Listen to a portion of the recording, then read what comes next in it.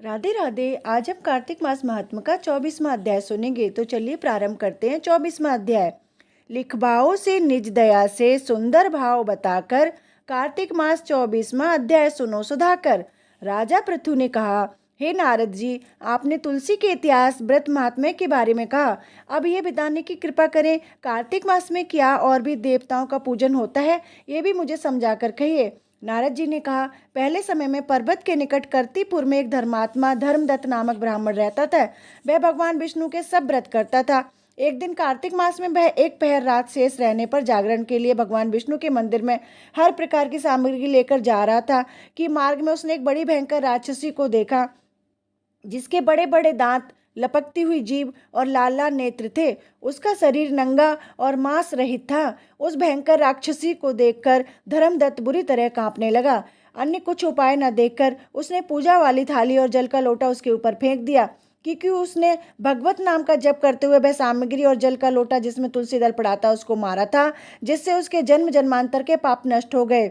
पूर्व जन्म याद आ गया। वह हाथ जोड़कर धर्मदत्त के चरणों में गिर पड़ी और बोली, हे विप्र, मैं पूर्व जन्म के कर्मों के फल के इस अवस्था को प्राप्त हुई हूँ।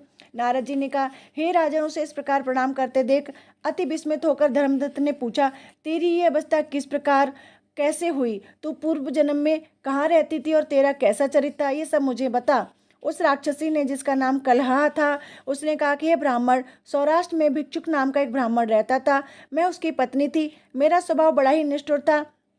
मैंने कभी अपने पति का भला नहीं चाहा, ना ही उसे कभी अच्छा भोजन मिठाई खाने को दी। मैं प्रतिदिन उससे लड़ती झगड़ती रहती थी। मुझे इस प्रकार की झगड़ालू देख तथा नित्य प्रति की कलह से तंग आकर मेरे पति ने दूसरा विवाह करने का निश्चय किया।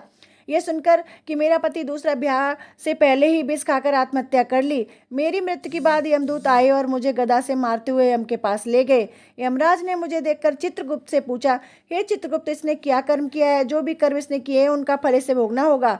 तो कलह ने कहा, हे ब्राह्मण, चित्रगुप्त ने यमराज से कहा, इसने अपने जीवन में कोई भी अच्छा काम नहीं किया है। ये अपने पति को सदा खराब भोजन देकर आप अच्छा भोजन खाती रही है, इसलिए अब ये विष्ठा खाने वाली होगी। इसे अब सूरी का जन्म दिया जाए। चूंकि ये अकेली ही पाक के बर्तन में भोजन करती थी, इसलिए ये अपने बच्चों को खाने वाली बिल्ली बनेगी। इसे अपने पति पर क्रोध करके आत्मघात किया, इसलिए ये प्रेत योनि में जाएगी। अब आप इसको अपने दूतों द्वारा मरु स्थान में भेज दीजिए। वहाँ पर ये बहुत दिनों तक प्रेत योनि में रहकर फिर ये पापी ने अपनी तीनों योनियों को भोगे। सो हे ब्राह्मण, मैं 500 वर्ष से प्रेत योनि में हूँ और भूख प्यास के कारण नित्य दुखी रहती हूँ। एक दिन भूख से तंग आकर मैं एक वैश्य के शरीर में प्रविष्ट हो गई। उसके शरीर द्वारा मैं कृष्णा और बेणी के संगम पर इस देश में आ पहुंची। एक दिन भगवान शंकर व विष्णु जी ने मुझे उसके शरीर से बाहर निकाल दिया। फिर मुझे आप दिखाई दिए। आपके लोटे में से तुलसी जल का छींटा मेरे ऊपर पड़ा, जिससे मेरे सब पाप नष्ट हो गए। हे द्विजोत्तम, अब आप मुझे ये बताइए कि ये आगे होने वाली तीनों योनियां और इस प्रेत शरीर से किस तरह मेरी मुक्ति होगी। धर्मदत्त कलह की बात सुनकर उसके पिछले कर्मों और वर्तमान अवस्था को देखकर बड़ा दुखी हुआ। उसका दुख देखकर उसका चित्त पिघला और फिर उसने दुखित भाव से कहा। इस प्रकार 24वां अध्याय समाप्त। राधे राधे। अगर आपको मेरी वीडियो पसंद आई हो तो लाइक करें, शेयर करें, सब्सक्राइब करें। राधे राधे।